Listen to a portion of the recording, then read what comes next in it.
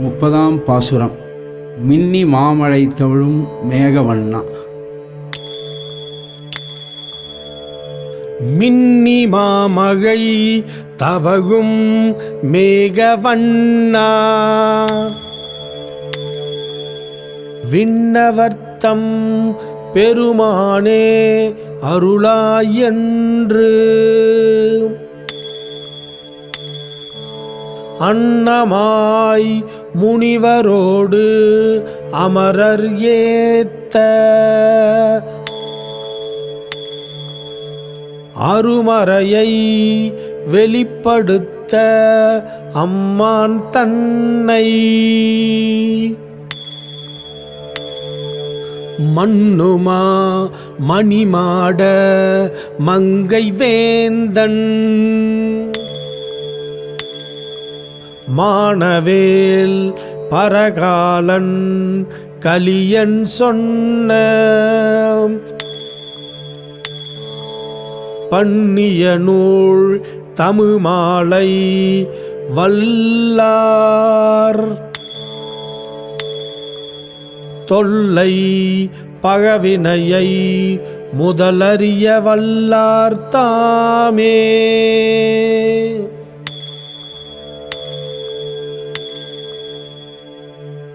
மின்னலோடு கூடி மிகவும் குளிர்ந்து தவழ்ந்து வருகின்ற மழை பொழியும் மேகத்தின் நிறம் உடையவனே, இமையோர் தலைவனே, விண்ணவர் கோனே, அமரர் வேந்தே, அடியேனுக்கு அருள் தருவாய்.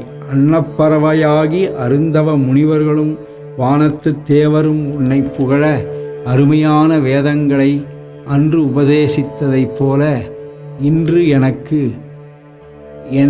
உபதேசித்த என் உபகாரனே, உன்னை நிலைத்த மணிமாடங்களையுடைய திருமங்கை நாட்டுக்கு தலைவனாக ஆக்கி பெருமை மிகுந்த வேலாயுதத்தை கையில் கொடுத்து விரோதிகளுக்கு யமனாகவும் வலிமை மிக்கவனாகவும் ஆக்கி அடியேனுக்கு அருள் புரிந்தவரே, இன்று அடியேனுக்கு உபதேசித்த மிகவும் விரிவான தமிழ் சாத்திரமாயிருக்கும் சொல் மாலையை கற்பவர் பழமையான முன்னை வினைகளை வேர் களையப்பட்டு வாசனை கெட்டு போக்கிக் கொள்ள வல்லவர் ஆவார்கள் என்று அருளப்பாடிடுகிறார்.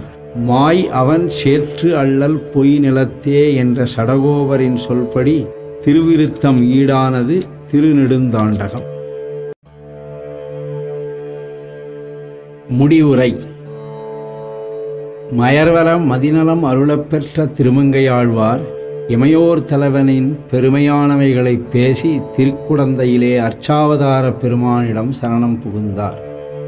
அந்த பெருமைகளையும் சீவர்களின் நிலையற்ற தன்மையையும் சிந்தித்து எம்பெருமாமாயனை அன்றி மற்றோர் தெய்வம் யாம் உடையமே என்று நம்மாழ்வார் தம் 2ஆம் பிரபந்தமான திருவாசிரியத்தில் விவரித்ததை முதல் 5 பாசுரங்களால் விளக்குகிறார். 2ஆம் பிரபந்தமான திருநெடுந்தாண்டகத்தில் நம்மாழ்வாரை வழிநடத்தினவன் இவரையும் அச்சுவேட்டிலேயே வழி நடத்துவான் ஆகினான். தம் திருவிருத்தத்தில் 2ஆம் பாசுரம் தொடங்கி 27ஆம் பாசுரம் வரை எம்பெருமான் தன்னை சரணமடையும் இடங்களை காண்பிக்கப் புக திருமை வெக்காவில் விண்ணோர் தொழும் கண்ணன் தேவபிரான் பேரருளாளன் மணிவண்ணன் விண்ணவர்கோன் திருவடிகளில் சரணம் புகுந்தார். மாலை பெற்று மகிழ்ந்தார் நம்மாழ்வார். திருவாய்மொழியில் மற்ற திவ்ய தேசங்களில் அவன் சேவை சாதிப்பதை ஊருக்குச் சொல்லி பெருமை பேசினார். திருவிருத்தத்தில் மங்களாசாசனம் செய்யப்பட்ட திவ்ய தேசங்கள் ஊர், வான்குன்றம், திருப்பார்க்கடல், வைகுந்தம், பரமபதம், வடவேங்கடம், மெய், வெக்கா, திரு அரங்கம், நீள்நகர், தொல்லை வேங்கடம், அருவி செய்யர் நின்றமலை. திருமங்கை மன்னருக்கு திருக்குடந்தையில் தொடங்கினார். திருவெழிக்கூற்றிருக்கையில் திருநெடுந்தாண்டகத்தின் திருக்கோவலூர் வழியாக திருக்கட்சியில் புகுந்தார். மலைமேல் நின்ற பரனுக்கு தன்னை சமர்ப்பித்தார். 8ஆம் பாசுரத்தில் பரகாலரை கொண்டு தான் எழுந்தருளியிருக்கும் திருப்பதிகளை பல்லாண்டு பாட விளைந்த எம்பெருமான் களிராக தன்னை காட்டிக் கொடுத்து ஆழ்வாரை இளம்பிடியாக்கி கொண்டு தன்னுடைய பராக்கிரமத்தை காட்டும் வகையில் இமயம் தொடங்கி திருக்குறுங்குடி வரை தாம் சேவை சாதிப்பதை காட்டத் தொடங்க அவனுடைய வேகத்திற்கு ஈடு கொடுக்க முடியாத ஆழ்வார் தன்னிலை மாறி பெண்ணாகி தானும் தன் நெஞ்சும் வேறாகி தோழியும் தாயுமாக தானும் எம்பெருமான் தன்னை செய்தவைகளை வெளியிட்டார். அவன் காட்டிய திருப்பதிகளை அவை அமைந்த சூழலையும் வெளிப்படுத்தினார்.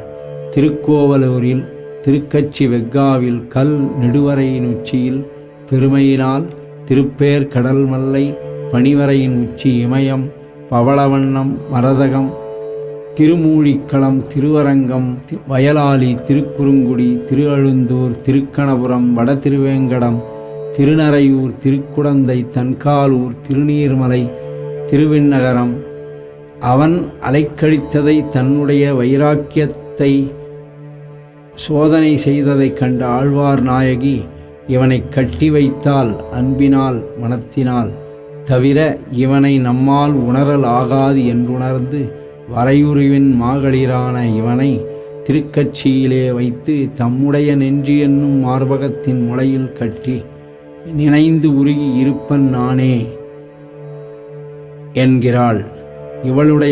இவள் உடைமைகளை கவர்ந்து புனரரங்கம் தம்மது ஊர் என்று போயின இமையோர் தலைவன் பின்னர் திருஅழுந்தூரையும் திருக்கணபுரத்தையும் காட்டி தன்பால் ஈர்த்ததன் காரணமாக நம்மாழ்வார் அருளிச் செய்தபடி உடந்தையன் கோவலன் தன் குடியடியார்க்கே பூவுலகில் கைங்கரியத்தின் எல்லை நிலம் திருக்கோயில் ஆழ்வார்க்கே அவன் உவப்புக்கு குற்றேவல் அடிமை செய்தவர்களுக்கு திருப்பரமபதம் தரப்பட்டது என்பதனை வெளியிடவே ஆழ்வார் தாமான நிலையில் முதல் 10 பாசுரங்களையும் கடைசி 2 பாசுரங்களையும் அருளிச் செய்தார்.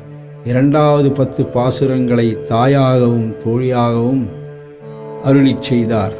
மூன்றாவது 8 பாசுரங்கள் நாயகி நிலையில் பரகால நாயகியாக அருளிச் செய்தார். இந்த பக்குவத்தை தனக்களித்தவன் அலம்புரிந்த நெடுந்தடக்கை அமரர்வேந்தன் விண்ணவர் பெருமான் இமையோர் தலைவனுக்கு தன்னை உரித்தாக்கி இந்த நூலை கற்றுணர வல்லவர்கள் தம்மை வாட்டி வதைக்கும் பழமையான தம் பாவங்களை வேறறிந்து அறிவுடைமை பெறுவார் என்றார். நினைந்து உருக வைத்த பரமன் சௌரிய சௌலபிய சௌந்தரியங்களையும் பெருமைகளையும் விரிவாக எடுத்துரைக்க பெரிய திருமொழியை உலகுக்கு அளிக்கச் செய்தான். இந்த 3 நிலைகளிலும் ஆணையைக் கண்டார். தாமான நிலையில் ஆணை சேர்ந்தது திவ்ய தேசங்களை என்றார். முதலானது என்றார். கடலில் கிடந்த கனி கட்சியை சேர்ந்த களிராக நின்றது என்றார். தன்னை திவ்ய தேசங்களுக்கு இழுத்துச் சென்றார். அந்த களிற்றின் ஆற்றலும் வல்லமைக்கும் தம்மால் ஈடு கொடுக்க முடியாது என்று உணர்ந்த ஆழ்வார் பெண் தன்மையில் பரகால நாயகியாக அந்த களிற்றை தம் நெஞ்சென்னும் தனங்களின் முளையில் கட்டி அந்த களிற்றை தன்னை விட்டு போகாதபடி அணைத்து நினைந்து போற்றி ஊடி கூடி உணர்ந்து புணர்ந்து எவ்வாற்றானும் தன்னுடன் தான் இழந்தவைகளை மீட்டு கொண்டு இருக்கச் செய்து இன்பம் அனுபவிப்பேன் என்று முடிக்கிறார். தன்னை பாடிவர தான் உகந்த திருப்பதிகளை அருளிக் காட்டிய அமரர்வேந்தன் விண்ணவர்கோன் தன் தலையாய வீடாக இருப்பிடமாக கட்சியை கொண்டான் என்பதும் ஊரகம் ஊர்மலை ஆன மைநின்ற மலை கருமாணிக்க மலை மைநின்ற மணிவரை மணிக்குன்றம் அஞ்சனமாமலை அண்ணல் மலையாக நிர்வாக மலையாக நினைத்திருந்தான் என்பதும் விளங்கும். பாடகம் பாடும் மலை பாடும் இடம் ஆன இது வெக்காவின் ஒரு பகுதியே என்பதும் தேரும். ஆழ்வார் மனம் மதில் கட்சியூர் வெக்காவிலே கல்லின் மேல் நின்ற களிரில் நின்றது. களிரானது திவ்ய தேசங்களில் நின்றது. என்னை பாடிவா என்றது. ஆழ்வார் அதனை செவ்வனே செய்தார். தம்முடைய ஏனைய பிரபந்தங்களான பெரிய திருமொழி, சிறிய திருமடல், பெரிய திருமடல் மற்றும் திருக்குறுந்தாண்டகத்தில்